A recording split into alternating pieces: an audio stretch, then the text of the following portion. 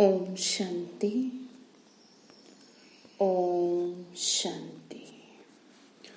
आज 25 तारीख के मीठे बाबा की महावाक्य हैं। आज बाबा बोले, मीठे बच्चे, इस ड्रामा के अंदर विनाश की भारी नोंद है। तुम्हें विनाश के पहले कर्मातीत बनना है। बाबा ने कहा, बच्चे, इसमें भारी नोंद है, मतलब बहुत बड़ा बदलाव है विनाश के थ्रू। तो इसलिए पहले तुम क्या कर लो, जल्दी से कर्मातीत अवस्था को प्राप्त करो।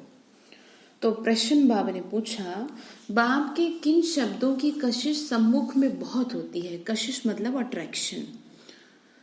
आंसर है, बाप जब कहते हैं तुम मेरे बच्चे हो, तो इन शब्दों की कशिश सम्मुख में बहुत होती है। जब सामने फील करते हैं ना, जब सामने होते थे बाबा, सम्मुख सुनने से बहुत अच्छा लगता है। मधुबन सब बच्चों को आकर्षित करता है, क्योंकि यहाँ है ईश्वरीय परिवार। यहाँ ब्राह्मणों का संगठन है। ब्राह्मण आपस में ज्ञान की लेन देन करते हैं। बाबा ने क्या कहा?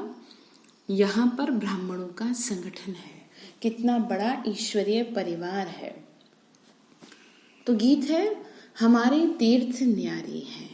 ओम शांति। बच्चे जानते हैं कि हम अविनाशी यात्रा अथवा रूहानी यात्रा पर जा रहे हैं, जिस यात्रा से हम लौटकर मृत्यु लोक में नहीं आएंगे। मनुष्य तो ये बात जानते ही नहीं कि ऐसी यात्रा भी कोई होती है, जहां से कभी लौटकर आना ही ना पड़े। तुम लकी स्टार्स को अभी पता पड़ा है। बाबा ने क्या कहा? तुम्हारी अब यात्रा ऐसी है कि तुम अब वापस इस कलयुग में नहीं आओगे। कहाँ मूव ऑन करेंगे? सतयुग की तरफ चलेंगे। तो बाबा कह रहे, बच्चे, किसी को नहीं पता ये बातें। उस नाटक में ऐसे नहीं कहेंगे कि मुझे आत्मा ने ये वस्त्र पहनकर पाठ बजाया। अब घर जाते हैं, वो तो अपने को शरीर ही समझते हैं। यहाँ तुम बच्चों को ज्ञान है। बाबा ने कहा, लोग तो अपने को शरीर ही समझते हैं ना, लेकिन मैंने तुमको ज्ञान के जरिए ये जागरूकता दिलाई कि तुम अलग हो, शरीर अलग है। हम आत्मा है, ये शरीर रूपी कपड़ा छोड़कर फिर जाके दूसरा लेंगे। ये 84 जन्मों के पुराने कपड़े हैं। बाबा बोले, ये छोड़कर जाना तो है ही ना नई दुनिया में। नए कपड़े पहनेंगे। कौन से नए कपड़े? सतयुग में पहनेंगे ना, नया शरीर लेंगे। ये लक्ष्मी नारायण ने नए कपड़े पहने हैं, नया शरीर है, सुंदर शरीर है, पावन शरीर है। तुम्हारी ही तो राजधानी के हैं। याद दिला रहे हैं कि देखो लक्ष्मी नारायण को और खुद को देखो, तुम उसी राजधानी के हो। तुम इस कलयुग की दुनिया के थोड़ी हो। तो फिर कह रहे हैं आगे, तुम भी जाए ऐसे दैवी नए कपड़े पहनेंगे। यहाँ जो कहते हैं ना, मुझ निर्गुण हारे में कोई गुण नाही, तो बाप ही तो फिर ऐसा गुणवान बनाते हैं। बाबा कहते हैं, मेरा भी पाठ है, आकर फिर तुमको वाइसलेस बनाता हूँ। बाबा क्या बोल रहे हैं? बच्चे देखो, मेरा भी पाठ है तुम्हें पावन बनाने का। यहाँ यह है जीवन बंध धाम, रावण का राज्य है। ये तुम्हारी बुद्धि में है ना, हम पतित से पावन, फिर पावन से पतित कैसे बनते हैं। तुम बच्चे जानते हो, कलयुग है अंधियारा और रावण राज्य का अब अंत है। बाबा बोले, बच्चे, अब अंधियारा है। भले ही देखने में दिन निकल रहा है, लेकिन चारों ओर अंधियारा है, सभी मरे पड़े हैं। बाबा बोले, दुनिया वाले अभी भी ये समझ रहे हैं कि विनाश में अभी समय है, जबकि ऐसा नहीं है। अगर हमारी बात नहीं समझ में आती तो गीता उठा के देख लीजिए, उसमें भी बता रखा है सृष्टि अब लास्ट मोमेंट में चल रही है, समाप्ति की ओर है और धीरे धीरे और बढ़ती जाएगी। अब समय बदलेगा ना, तो इसलिए समय बदलने को स्वीकार लीजिए। अब ये क्वेश्चन मत उठाइएगा कि ऐसा क्यों हो रहा है, ये तो बहुत बुरा हो रहा है, ऐसा तो नहीं होना चाहिए। आप सृष्टि के बदलाव में विघ्न न बने, ठीक है।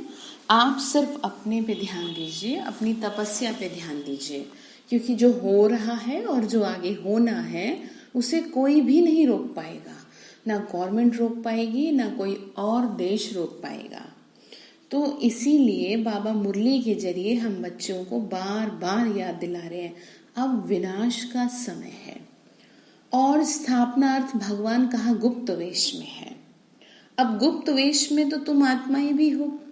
गीता में लिखा है ना, मेरे कर्म दिव्य और अलौकिक होंगे, मुझे कोटों में कोई में भी कोई पहचान पाएगा, यानी मुझे आइडेंटिफाई नहीं कर पाएंगे। तो उसको क्या कहा? गुप्त। आत्मा अलग है, शरीर अलग है। ये मनुष्य चोला गुप्त वेश में है। बाप को भी इसमें आना है, यानी ब्रह्मा बाबा के शरीर में। तुम्हारे शरीर पर नाम पड़े हैं, उनको तो शरीर है ही नहीं। तुम भी आत्मा हो, वो भी आत्मा है।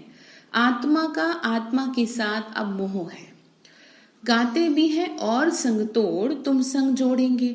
जैसे आप मोहजीत हो वैसे हम भी बनेंगे। बाबा बहुत मोहजीत है। ब्रह्मा बाबा कैसे मोहजीत हुए? अब ये मत कह देना कि वो तो बाबा थे, हम कैसे? वो भी तो आप ही की तरह थे ना, तो आप भी कर सकते हो। करने की लगन होनी चाहिए बस। कितने ढेर बच्चे हैं जो काम चिता पर बैठ जल गए। परमपिता परमात्मा आती हैं पुरानी दुनिया का विनाश कराने। फिर मोह कैसे होगा? बाबा ने कहा, तुम किससे मोह कर रहे हो? जो सब कुछ खत्म होना है, सबका सब कुछ छूटेगा, पता है। लेकिन इस बात की प्रैक्टिस करो, ठीक है? क्योंकि मोह से ऊपर उठना बहुत जरूरी है, नहीं तो आत्मा तड़फेगी शरीर में। जैसे किसी का खाने में मोह, किसी को कोई चीज, किसी को कोई व्यक्ति, किसी को कुछ, तो ये मोह ही है। जरूरी नहीं है इंसान से, चीजों से भी हो सकता है। जैसे कईयों को बहुत प्यार होता है अपनी चीजों से, तो वो चीज, हर चीज से मोह उठाना है। पतितों का जब विनाश हो तभी तो शांति का राज्य हो। इस समय सुख तो कोई को है नहीं, सभी तमो प्रधान दुखी बन गए हैं। ये है पतित दुनिया। शिव बाबा ही आके स्वर्ग की स्थापना करते हैं, जिसका नाम शिवालय पड़ा है। शिव बाबा ने देवताओं की राजधानी स्थापन की है। बाबा ने सतयुग की स्थापना की, किसके थ्रू? ब्रह्मा विष्णु। और कलयुग को समाप्ति किसके थ्रू? शंकर के थ्रू। तो वह है चैतन्य शिवालय। और वह शिवालय जिसमें शिव का चित्र है, वो तो जड़ हो गया जिसमें दिखाते हैं। अभी तुम समझ गए हो कि लक्ष्मी नारायण बरोबर स्वर्ग के मालिक थे, पूज्य थे। अब फिर पूज्य बन रहे हैं, तुमको भी ज्ञान है ना। बाबा क्या बोल रहे हैं? बच्चे, तुमको भी ज्ञान मिल गया ना इन बातों का। तुम लक्ष्मी नारायण के मंदिर में जाके उनको माथा नहीं टेकेंगे, तुमको तो उनकी राजधानी में चैतन्य में जाना है। बाबा ने कहा, क्यों नहीं माथा टेकेंगे? क्योंकि तुम वहां पे रहोगे ना, उनके साथ रहोगे, तो मतलब उनकी राजधानी में ही तो जाते हो ना, तो जानते हो, तुम्हें यकीन है कि तुम देवता थे। बाबा ने कहा, बच्चे जानते हो ना हम देवता थे, अब नहीं है तो बनेंगे ना देवता। बाबा की आज्ञाओं का पालन करेंगे ना। देखो, और कोई ऑप्शन भी नहीं है आपके पास। नहीं करेंगे तो फिर जानते हैं ना क्या होगा। तो अब नहीं है। बाबा ने कहा, जो पास्ट हो कर गए उनके चित्र बनाते हैं। लक्ष्मी नारायण के मंदिर सबसे जास्ती बिरला बनाते हैं, तो उनकी भी सर्विस करनी चाहिए। बाबा ने कहा, ऐसी आत्माओं की सेवा करो, उनको बताओ। तुम जो ये लक्ष्मी नारायण के मंदिर बनाते हो, हम उनको इन्हों के 84 जन्मों की कहानी सुनाते हैं। कैसे बने वो देवता? किसी ने तो बनाया होगा, कौन है तो बताओ, ऐसे बाबा कह रहे हैं। तो युक्ति से ये सौगात देनी चाहिए। मतलब युक्ति से क्या करना चाहिए? समझाना चाहिए। बाबा सर्विस की युक्तियां तो बताते हैं। माताएं जाकर बोले, आप उनके मंदिर तो बनाते हो, परंतु उनकी जीवन कहानी को जानते नहीं। हम जानते हैं और समझा भी सकते हैं। बाबा ने क्या कहा? हम जानते हैं और समझा भी सकते हैं। समझाने वाली बड़ी रसीली चाहिए, मतलब बहुत अच्छे से, प्यार से, युक्ति से होना चाहिए समझाने वाला, जिससे ये सामने वाले को समझ में आए। अदरवाइज क्या है, लोग क्या करेंगे? बहस करेंगे। ठीक है। तो फिर बाबा ने कहा कैसी होनी चाहिए? बहुत रसील, मतलब प्यार से। बाप भी बैठ समझाते हैं। बाबा कहते हैं, अगर छुट्टी नहीं मिलती तो घर बैठे याद करो। मतलब जो नहीं आ सकते सेंटर। तो ये तो जानते हो ना हम शिव बाबा की संतान है, इतना तो पता ही है ना। मुरली तो मिल जाती है, ऐसे नहीं कि यहाँ आने के बाद, यहाँ आने से याद की यात्रा अच्छी होगी, घर में बैठने से याद की यात्रा कम हो जाएगी। बाबा ने क्या कहा, घर में बैठने से कम हो जाएगी ना याद की यात्रा। इसीलिए सेंटर्स पे अभी तो खैर लॉकडाउन की वजह से इन सबको मना है, इसीलिए सबको कहा जाता था बाबा के घर में आके याद करो। जैसे कि चाहे पेरेंट्स कितने भी एजुकेटेड क्यों ना हो, लेकिन बच्चों को फिर भी स्कूल में भेजते हैं, वो इसलिए कि जो उनको वहाँ पर मिलेगा वो घर पे नहीं मिलेगा। तो इसीलिए अगर आपको नहीं आने देते तो एक अलग मैटर है, लेकिन बाबा ने कहा घर में बैठने से याद की यात्रा कम हो जाएगी। कोशिश करनी चाहिए। बादल आते हैं रिफ्रेश होने, मतलब सेवा के लिए भी कह रहे हैं कि आप जा कर के सेवा करो, आप ऐसे ही बैठे रहोगे क्या? तो तुम भी आते हो ना रिफ्रेश होने बाबा के पास, तो बाबा सम्मुख जाए। आत्मा को ज्ञान है सम्मुख सुनने से अच्छा लगता है, ठीक है ना। बाबा के पास सेंटर पे आते हैं, मुरली सुनने से अच्छा लगता है, और घर में सुनते हैं तो देखो कुछ बुद्धि में नहीं रह पाता ना, तो इसीलिए बाबा ने कहा। तो बाप तो वही है, देखते हो शिव बाबा कैसे बैठ बच्चों को समझाते हैं। बच्चे तुम मेरे हो, तुमने 84 जन्मों का पाठ बजाया, तुम जन्म मरण में आते हो, मैं नहीं आता हूँ, मैं पुनर्जन्म लेता ही नहीं हूँ, अजन्मा भी नहीं हूँ, आता हूँ परंतु बूढ़े तन में आता हूँ। तुम आत्मा छोटे बच्चे के शरीर में प्रवेश करती हो और मैं परम धाम से उतरता हूँ, ठीक है, यानी गर्भ में प्रवेश करती है ना आत्मा। नीचे पाठ बजाने मैं विकारी गर्भ में नहीं आता हूँ, मुझे कहते हो ना त्वमेव माता च पिता त्वमेव। और वैसे भी देखो, चलो भगवान को ना सही, देवी देवताओं के लिए भी तो बताया जाता है ना, योग बल से उनका जन्म हुआ, तो ये तो सारी सृष्टि का रचयिता है, तो किसी के गर्भ से कैसे आधार ले सकता है? जब देवताएं ऐसे नहीं तो परमात्मा शिव कैसे ऐसे हो सकते हैं? ठीक है, वही जब योग बल से आते हैं तो वो तो सारी दुनिया का रचयिता है, तो सोचने वाली बात है ना। तो तुम मुझे बुलाते हो दुख हरकर सुख देने के लिए, अब मैं आया हूँ, आत्माओं से बात कर रहे हैं। यहाँ तो सब ब्राह्मण ही हैं, तुम बाहर जाते हो तो हंस और बगुले हो जाते हो, मतलब एक अच्छा और एक कैसा हो जाता है। यहाँ मधुबन में तुमको संघी ब्राह्मणों का है, बाबा के घर में आते हैं, मधुबन में जाते हैं तो वहाँ तो सारे हंस हैं, तो बहुत फर्क पड़ता है इन चीज़ों से। आपस में ज्ञान की चिटचट करेंगे, ज्ञान की बातें करेंगे, हम अपनी राजधानी स्थापन कर रहे हैं, बाबा आया हुआ है। एक दो को ये युक्ति बाप को याद करने की बताते रहो, भोजन पर भी एक दो को इशारा देते रहो कि बाप को याद करो। जिस समय भोजन करते हैं उस समय एक दो को इशारा दे दें। बहुत बड़ा संगठन है ना मधुबन में, तो वैसे भी बाबा की याद में करते हैं सब, लेकिन घर में भी ध्यान देना चाहिए इन बातों का।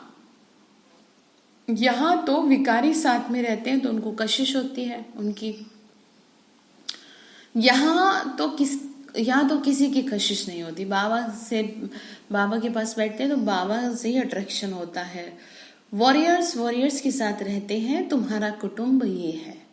बुद्धि में यही रहता है, जो कोई मिले उनको बाप का परिचय दें कि भगवान को याद करो। दो बाप है ना, लौकिक बाप होते भी भगवान को याद करते हो, वो लौकिक फादर है। लौकिक फादर को गॉड फादर नहीं कहेंगे। बाबा ने क्या कहा, लौकिक फादर को गॉड फादर नहीं कहेंगे, ठीक है, गॉड फादर तो एक ही है। यह है पारलौकिक बाप, जरूर गॉड फादर से वर्षा मिलता होगा। बाबा ने कहा ऐसे भू भू करते रहो, मतलब ऐसे करके समझाते रहो औरों को, ठीक है, समझाएंगे तो सही ना, क्योंकि सेवा तो करनी है। इस दुनिया का सुख कागविष्टा के समान है, कितना दुख है, वह तो है ही हठयोगी निवृत्ति मार्ग वाले। बाबा ने कहा तुम हठयोगी थोड़ी हो, तुम तो प्रवृत्ति मार्ग वाले हो, घर गृहस्थ वाले हो, तुम्हें कोई हठ से अपने आप को नहीं बैठाना, तुम्हें तो काम काज करते मेरी याद में मगन रहना है। बाबा ने कहा उनका धर्म अलग है, तुम जानते हो ना सतयुग में हम कितने सुखी पवित्र रहते थे। भारत प्रवृत्ति मार्ग था, देवी देवताओं का राज्य था। जो पवित्र थे वही पतित बने हैं। पुकारते भी रहते हे पतित पावन आ जाओ, फिर कह देते परमात्मा सर्वव्यापी है। बाबा कह रहे एक तरफ पुकारते हैं और दूसरी तरफ मेरे को सब में कह देते हैं। हम जाकर जोत समाएंगे, पुनर्जन्म को ही नहीं मानते। अनेक मतें हैं। बाबा ने कहा नहीं समझते कि जन्म तो लेना ही है हर मनुष्य को। तो सन्यासियों की वृद्धि कैसे होती है? नांगों की भी वृद्धि होती है। जिसका जो धर्म है उसमें ही रहने से फिर अंतमति सो गति हो जाती है। जिसका जो जास्ती अभ्यास करते हैं, जैसे कोई शास्त्र आदि पढ़ते हैं, तो अंतमति सो गति ऐसे होती है। फिर छोटेपन में ही शास्त्र कंठ हो जाते हैं। बचपन से कईयों को देखा है ना, शास्त्रवादी होते हैं बच्चे, सब कुछ पता रहता है, तो वो पीछे के संस्कार। तो बाबा वही कह रहे हैं, अभी बाबा कहते हैं, अभी बाप कहते हैं मैं फलाना हूँ, यह हूँ, ये सब देह अभिमान की बातें छोड़ दो।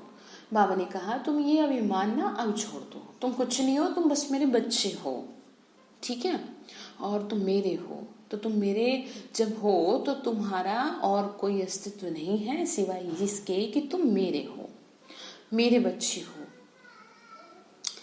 अपने को आत्मा निश्चय करो, परमात्मा को याद करो। इसमें टाइम बहुत लगता है, माया करने नहीं देती, नहीं तो वानप्रस्थी के लिए तो बहुत सहज है।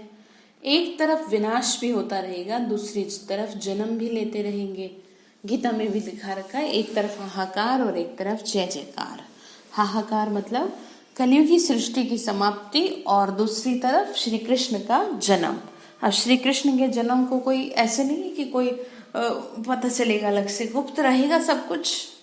जिनकी त्याग तपस्या होगी, बाबा से लगन होगी, उन्हें पता चलेगा सब। तो बाबा ने कहा बच्चे देखो, फिर यह तो तुम जानते हो ना, कोई गर्भ में होंगे, कोई कहाँ, सब खत्म हो जाएंगे। सब अपना हिसाब किताब चुकतू कर वापस जाएंगे। सबको जाना ही है, हिसाब किताब रहा हुआ होगा तो अच्छी रीति सजाएं खानी पड़ेंगे। इसीलिए आपसे कहती हूँ कि अब हिसाब की चीज़ें मत बनाना, क्योंकि ये लास्ट है ना, तो कोई भी आपसे लड़ने झगड़ने या कुछ भी आपको परेशान करने के लिए आ सकता है, तो वो अपना पूरा करने आ रहा है। आप वापस मत क्रिएट करना, नहीं तो हिसाब बन जाएगा। बाबा ने कहा सजाएं खानी पड़ेंगी, फिर वह भी हल्का हो जाएगा। ऐसे नहीं कि योग में रहो और पाप भी करते रहो।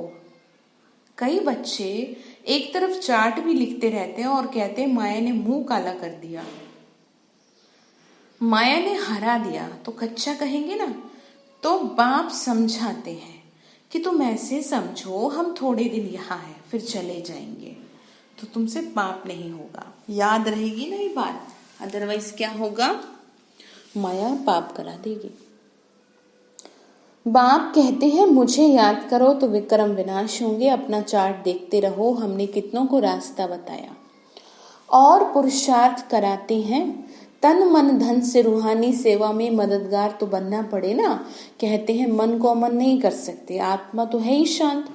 हम आत्मा अपने परम धाम में जाकर के बैठेंगे, कोई दुनिया का संकल्प नहीं आएगा। ऐसे नहीं कि आंखें बंद कर अनकॉन्शियस हो जाना है, ठीक है। ऐसे तो बहुत सीखते हैं, 10-15 दिन अनकॉन्शियस भी हो जाते हैं, ये अभ्यास करते हैं, फिर इतने समय बाद जाग जाते हैं। हमें तो परमानेंट होना है ना, वो तो थोड़े बहुत टाइम के लिए, जैसे टाइम बॉम्ब्स होता है ना, तो उनका भी टाइम होता है कि इतने घंटे बाद फटेंगे। बावनी का ऐसे भी होता है, पर तुम्हें तो इस अवस्था को प्राप्त करना है हमेशा के लिए, नहीं। फिर बाबा ने आगे कहा तुम बच्चों को पता है ना, अभी हम योग लगा रहे हैं बाबा से। जब तमो प्रधान कीचड़ा निकलेगा तब सतो प्रधान बन जाएंगे, तो फिर इस शरीर को छोड़ देंगे। हम अभी योग की यात्रा पर हैं या याद की यात्रा पर। टाइम मिला हुआ है, फिर ये शरीर छोड़ना ही है, स्वीकारें, छोड़ना ही है, फिर सब खत्म हो जाएगा। टाइम नोंधा हुआ है, मतलब टाइम फिक्स है। इसीलिए कहते हैं ना, हर किसी की अपना कितने घड़ी है, ये फिक्स है। फिर सब बाबा बार बार कह रहे, फिर सब खत्म हो जाएगा, पिछाड़ी में मच्छरों सा दृश्य शरीर छोड़ेंगे, विनाश होगा, तुम कर्मातीत अवस्था को पाएंगे, फिर विनाश शुरू हो जाएगा। विनाश का बड़ा भारी सीन है, इस ड्रामा में भारी नोंद है। तुम जानते हो ना, हमारी अवस्था एक रस रहेगी, खुशी में सदैव हर्षित रहेंगे। बाबा ने कहा जब ऐसा होगा, ये दुनिया तो खलास होनी ही है, मतलब फिक्स है। जानते हो ना, कल्प कल्प संगम युग होता है, तब विनाश होता है। सिर्फ बॉम्ब्स नहीं, नेचुरल कैलेमिटीज भी मदद करती है। तो तुम बच्चों को ये बुद्धि में रहना चाहिए, अभी हमको जाना है। कहाँ जाएंगे? घर। ये याद रहे, स्वीकारना ही है। Charity begins at home. कोशिश करनी चाहिए। कन्या वो जो पियर घर और ससुर घर का उद्धार करे, मतलब सेवा करे। तो चैरिटी बिगिंस एट होम हुआ ना, मतलब सबसे पहले शुरुआत घर से करो। सर्विस में लगा रहना चाहिए। बोलो शिव बाबा कहते हैं मुझे याद करो तो वर्षा मिले। सीधी बात है, मुझ अल्फ को याद करोगे तो स्वर्ग का वर्षा तुम्हारा, विश्व के मालिक तुम बन जाएंगे। अब वर्षा तुमको पाना है ना, तो मुझे करो याद। बच्चों का फर्ज है ये पैगाम देना। बाबा ने कहा तुम्हारा फर्ज है, मेरा मैसेज आगे फॉरवर्ड करो। कोई सुने नहीं सुने पर आप कर दो, इग्नोर मारे, दो चार कुछ उल्टा भी बोल दे तो कोई भी बात नहीं, अपना फर्ज तो करो, अपना कर्म तो करो। बताना है ना, विनाश सामने खड़ा है और अब तो सबको दिख भी रहा है, तो आपकी बात कोई सुन भी लेगा। कलयुग के बाद सतयुग आएगा। बाप ही तो वर्षा देते हैं, रावण नरकवासी बनाते हैं, बाप आके स्वर्गवासी बनाते हैं। कहानी सारी भारत की है, कहीं और की नहीं है, किसी और देश की नहीं है। भारतवासियों को खड़ा करना है, सोए हुए हैं अज्ञानता की नींद में। तो पहले शिव के मंदिर में जाके समझाओ, ये बाप नई सृष्टि रचने वाला है। कहते हैं मुझे याद करो तो तुम्हारे पाप कटे। ये निराकार बाबा आए हुए हैं, किस लिए?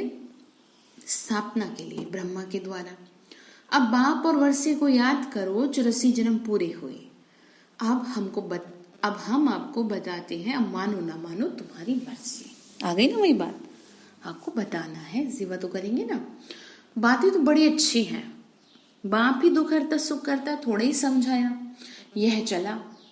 तुम्हारा ये धंधा है। बाबा ने कहा बच्चे तुम्हारा ये काम है, जैसे घर के और काम है ना, सेवा करना भी काम है। मेहनत तो कुछ है नहीं, बताओ क्या मेहनत है, सिर्फ मुख से दो बात बोलनी है ना, वैसे सारा दिन कितना बोलते हैं। बाबा की बात नहीं बता सकते, ध्येय विमानी बनना है। मैं आत्मा हूँ, मस्तक के बीच में बैठी हूँ, पक्का कर लो। शिव के पुजारियों के पास जाओ, फिर लक्ष्मी नारायण के पुजारियों के पास जाओ, मतलब उन्हें बताओ, फिर उनकी जीवन कहानी सुनाओ, इससे सेवा होगी। अच्छा, मीठे मीठे सिक्के लदे बच्चों प्रति माता पिता बाप दादा का याद प्यार और गुड मॉर्निंग। रूहानी बाप की रूहानी बच्चों को नमस्ते। हम रूहानी बच्चों की रूहानी माता पिता बाप दादा को नमस्ते। मीठे बाबा नमस्ते। शुक्रिया बाबा, शुक्रिया।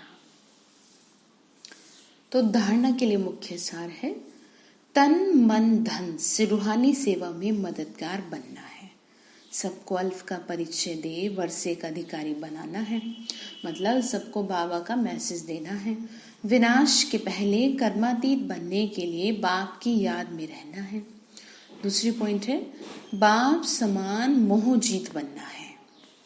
आत्मा का, आत्मा से जो मोह हो गया है उसे निकाल एक बाप से लगन लगानी है, मतलब आपस के मोह को निकाल करके बाबा से जोड़ना है। किसी को किसी से नहीं जोड़ना, सबको बाबा से जोड़ना है।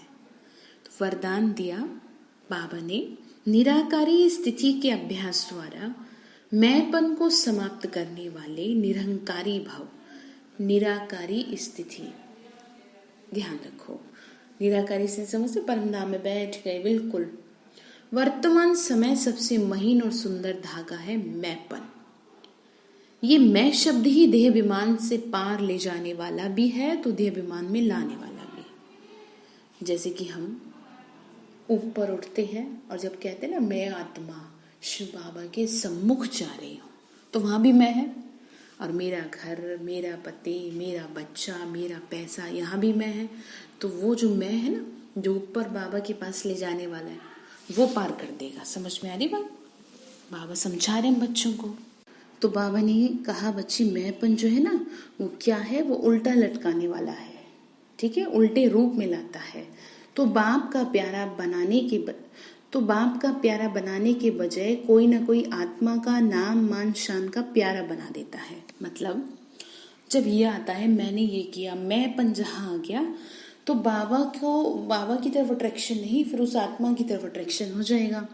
ध्यान से समझिए। तो बाप का प्यारा बनाने के बजाय कोई ना कोई आत्मा का नाम मान शान का प्यारा बना देता है। इस बंधन से मुक्त बनने के लिए निरंतर निराकारी स्थिति में स्थित होकर साकार में आओ। ठीक है, मैं आत्मा मस्तक के बीच में बैठी हूँ और मैं इस शरीर की मालिक हूँ। तो अपने आप निराकारी स्थिति क्रिएट होने लगेगी। इस अभ्यास को नेचुरल बना दो तो निरंकारी बन जाएंगे। बाबा ने कहा ये प्रैक्टिस आपकी नेचुरल बन जाए तो तुम निरंकारी बन जाएंगे। बात समझ में आई? तो मैंपन को कैसे समाप्त करेंगे? निराकारी स्थिति। एक निराकारी स्थिति में परम धाम में स्थित हूँ, दूसरी मैं आत्मा मस्तक के बीच में इस शरीर की मालिक हूँ। बस 2 संकल्प देने हैं और वो क्रिएट होने लगेगी स्थिति। तो मैंपन को समाप्त करना बहुत जरूरी है। सारी प्रॉब्लम की जड़ मैंपन है।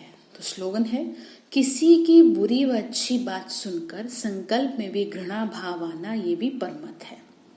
मतलब किसी की कैसी बात सुनी, कुछ अच्छी सुनी, खराब सुनी, और आपके संकल्प चलने लगे उस आत्मा के प्रति, तो ये भी परमत है। ठीक है, श्रीमत के अगेंस्ट है। मतलब भगवान की श्रीमत के अगेंस्ट जो भी है वो परमत है, दूसरों की मत।